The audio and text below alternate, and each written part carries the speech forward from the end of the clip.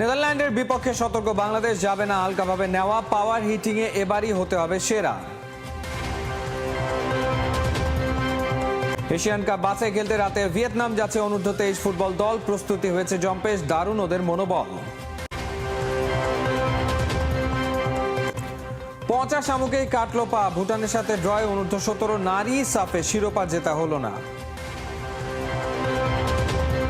লেস্টারের right back পজিশনে হামজার জায়গা পাকা, তুরুপের তাস হিসেবে ওকে ওখানে হচ্ছে রাখা। নেদারল্যান্ডসকেও সমীহের চোখে দেখছে টাইগারদের হেড কোচ। সিরিজটা চ্যালেঞ্জিং হবে বলছেন ফিল সিমন্স, তাই ডাচদের বিপক্ষে নিজেদের সেরাটা দেয়া কোনো বিকল্প দেখছেন না এই ক্যারিবিয়ান কোচ। জেনুইন লোপ্পা বলে জাকের আলীর হাঁকানোর কথা বিশাল ছক্কা, তা না পেলেন ব্যথা। যাকে দিলেন আইসম্যান তকমা, তার এমন মিসটাইমিং মেনে নেয়ার মতো না। জুলিয়ান উডের চোখে মুখে বিরক্তি, হাতুড়ি আর ভেলোসিটি ব্যাট দিয়ে তাহলে এতদিন শেখালেনটা কি? জাকেরের সঙ্গে কথা বলে নিজের দুর্বলতা ধরিয়ে দিলেন উডি। এবার নেটে ফিরে ধুমধারাক্কা ব্যাটিং। ওস্তাদ খুশি, শট দেখে দিলেন হাততালি। শনিবার প্রথম টি-20তেই বোঝা যাবে পাওয়ার হিটিংয়ে কতটা সিদ্ধহস্ত হতে পারল টাইগাররা। হেড কোচ সিমন্স সেই ম্যাজিকটাই দেখার অপেক্ষায়। আমি এশিয়া কাপ নিয়ে ভাবছি না, আপাতত আমাদের প্রস্তুতি নেদারল্যান্ডসকে নিয়ে। এটা একটা আন্তর্জাতিক সিরিজ। শ্রীলঙ্কায় আমরা যে মানের ক্রিকেট খেলেছি তা ধরে রাখতে চাই।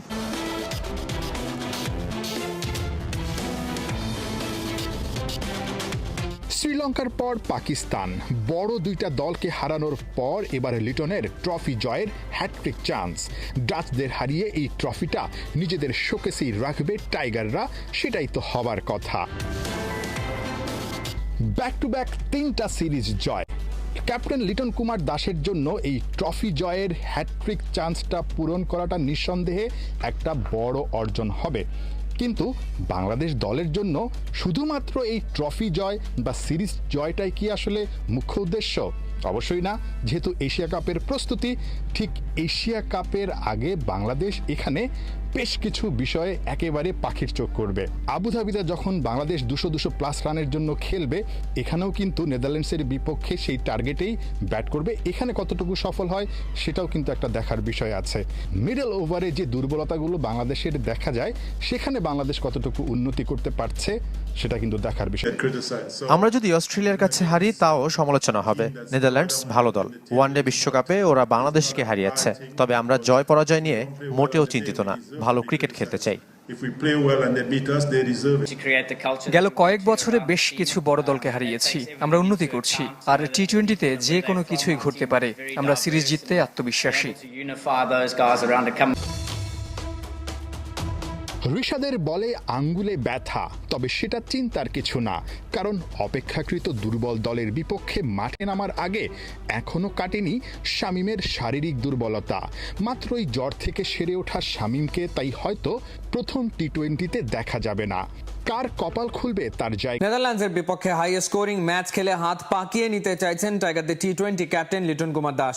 কিন্তু একে তো বাংলাদেশি ব্যাটারদের দীর্ঘ ইনিংস খেলার অভ্যাস নেই, তার উপর সিলেটের মাঠে কেবল একবারই 200+ রানের ইনিংস খেলেছে বাংলাদেশ। লিটনরা অবশ্য এবার আগের সব রেকর্ড ভেঙে ফেলতে চাইছে। জেডব্লিউ ক্রিকেট একাডেমির coach Julian would, speciality power heating. এর আগে কাজ করেছেন সাউথ আফ্রিকা, ইংল্যান্ড আর অস্ট্রেলিয়ার মতো জায়ান্ট টিমের সাথে। এবার তিনি টাইগারদের ডেরায় লিটন জাকের শামীমদের শেখাচ্ছেন কিভাবে খুলতে হয় বলের সুতো, ওটাকে পাঠাতে হয় ওভার দ্য টপ বাউন্ডারির ওপারে। মিস্টার উডের সাথে টাইগারদের বিশেষ ট্রেনিং এর এই পর্যায়ে এসে বাংলাদেশের অধিনায়ক লিটন দাস টার্গেট সেট করছেন। নেদারল্যান্ডসের বিপক্ষে খেলবেন হাই স্কোরিং টি-20 ম্যাচ। রানটা নিয়ে যেতে চান 200+-এ, এমনকি সেটা হতে পারে 250 পর্যন্ত। আমরা সবাই জানি আবুধাবি ব্যাটিং ফ্রেন্ডলি উইকেট, সিলেটও অনেকটা batting friendly wicket. So similarity যদি আমি দেখতে চাই তাহলে ওই দিক দিয়ে থাকবে। আর অবভিয়াসলি আপনি যে কথাটা বললেন যে 200-250 রান করার একটা হ্যাবিটেরও বিষয়, আমরা যদি করতে পারি খুবই ভালো। না করতে পারলেও আমরা ওই ধারাবাহিকতা চেষ্টা করবো যেখানে ওইখানে কিভাবে পৌঁছানো যায়। কিন্তু বাস্তবতা হলো তাহলে বাংলাদেশকে নিজেদের রেকর্ডই ভেঙে চুরে করতে হবে একাকার, কারণ সিলেটের যে মাঠে গড়াতে যাচ্ছে নেদারল্যান্ডসের বিপক্ষে টি-20 সিরিজ, সেখানে টাইগাররা এর আগে 200+ ইনিংসই খেলেছে মোটে একবার, সেটা গেল বছর শ্রীলঙ্কার বিপক্ষে। সিলেটের মাঠে হোম টিম হয়েও সর্বোচ্চ টি-20 স্কোরটা এখনো করা হয়নি টাইগারদের, সেটা ওই লঙ্কানদের দখলেই 210 আর 206। সর্বোচ্চ এই দুই রানই করে দেখিয়েছে শ্রীলঙ্কা 2018 আর 24 সালে। কিন্তু মজার ব্যাপার, এই তালিকায় আছে বাংলাদেশের এবারের প্রতিপক্ষ নেদারল্যান্ডসও। ইউরোপের ক্রিকেট দলটা 193 রান করেছিল, অবশ্য বেশ আগে আয়ারল্যান্ডের বিপক্ষে 2014 ওয়ার্ল্ড টি-20-র প্রথম রাউন্ডের ম্যাচে।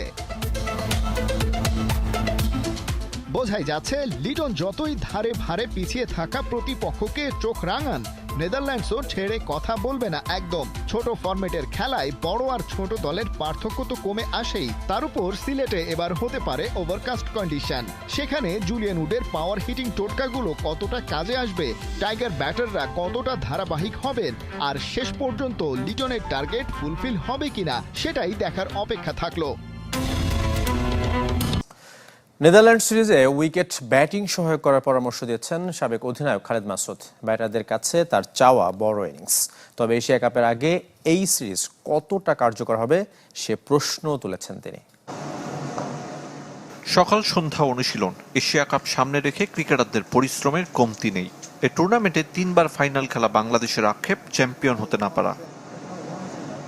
2022 সালের পর আবারও আরব আমিরাতে হতে যাচ্ছে মহাদেশীয় শ্রেষ্ঠত্বের লড়াই, যে কন্ডিশনে বাংলাদেশের সুখকর স্মৃতি খুঁজে পাওয়া কঠিন।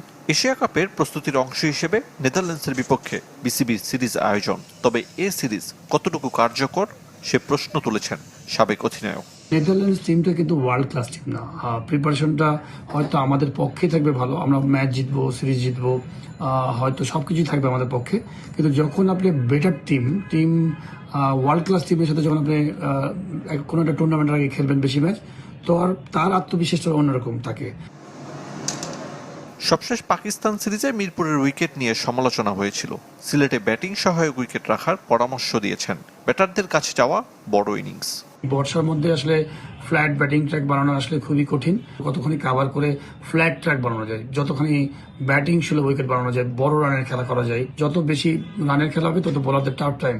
তো বোলাররাও যেন ঠিক স্ট্রাগল করে, যেন ভালো পারফর্ম করে, তাহলে আমার মনে হয় যে ভালো কিছু হবে। পারফরমেন্স আর পরিস্থিতি দুই কারণে লেস্টারের টিম কম্বিনেশনে গুরুত্বপূর্ণ হয়ে উঠেছেন হামজা চৌধুরী, হয়ে উঠেছেন কোচ মার্তি সিফুয়েন্তেসের তুরুপের তাস। বিশেষ করে রাইট ব্যাকে এখন থেকে শুরুর একাদশে হামজা চৌধুরীর জায়গা একরকম পাকা। হামজাকে ঘিরে ফক্সরা আঁটছে প্রতিপক্ষ বধের কৌশল। কি হেডে কি পায়ে হামজাকে বিট করার সাধ্য কারো কি আছে? অন্তত চ্যাম্পিয়নশিপের শেষ ম্যাচ দেখার পর লেস্টার সিটি কোচ মার্তি সিফুয়েন্তেস এই কথা বলতেই পারেন। ক্যাপ্টেন্সের আর্মব্যান্ড পরে একের পর এক ট্যাকেলে শুধু চার্লটনের অ্যাটাকই ভেস্তে দেননি, লেস্টারের বক্সে করেছেন অভেদ্য দুর্গ। মোটামুটি নিশ্চিত লেস্টার কোচের স্টার্টিং 11-এ হামজার জায়গা এখন অনেকটাই পাকা। শুধু পারফরমেন্সই না, বাস্তবতাও বলছে লেস্টারের রাইট ব্যাকে এখন হামজা চৌধুরী ছাড়া ভালো অপশন নেই কোচের সামনে। এই পজিশনে রেগুলার খেলা জেমস জাস্টিন কদিন আগেই 10 মিলিয়ন পাউন্ডে নাম লিখিয়েছেন প্রিমিয়ার লিগের ক্লাব লিডস ইউনাইটেডে। তাই জাস্টিনের অনুপস্থিতিতে এখন হামজাই শুরুর একাদশে সিফুয়েন্তেসের তুরুপের তাস। হামজাকে নিয়ে যখন লেস্টার এগিয়ে চলছে, তখন চ্যাম্পিয়নশিপে রাতে ফক্সদের সামনে চ্যালেঞ্জ বার্মিংহ্যাম সিটি। এই মুহূর্তে পয়েন্ট টেবিলের সাথে আছে লেস্টার, 3 ম্যাচে 2টা জয় আর 1টা হার। অন্যদিকে বার্মিংহ্যাম 2 জয় আর 1 ড্রয়ে আছে 5-এ। সিজন সবে শুরু হওয়ায় আপাতত টেবিল গুরুত্বপূর্ণ না হলেও গুরুত্বপূর্ণ হলো বার্মিংহ্যাম দল হিসেবে হামজাদের জন্য কতটা ইজি আর কতটা টাফ। মোটা দাগে 2012 থেকে বার্মিংহ্যামের কাছে কোনো ম্যাচ হারেনি লেস্টার। 11 ম্যাচের 9টাই জিতেছে, বাকি 2টা হয়েছে ড্র। তারপরও এবার নিজেদের ঘরের মাঠ কিং পাওয়ারে বার্মিংহ্যামকে হোস্ট করছে লেস্টার। হোম অ্যাডভান্টেজ তো হামজাদের সাথেই থাকবে। লেস্টার সিটিতে এখন চলছে ভাঙার খেলা। বিলাল এল খানুসের ক্রিস্টাল প্যালেসে মুভ করার কথা থাকলেও তা শেষ মুহূর্তে ভেস্তে গেছে।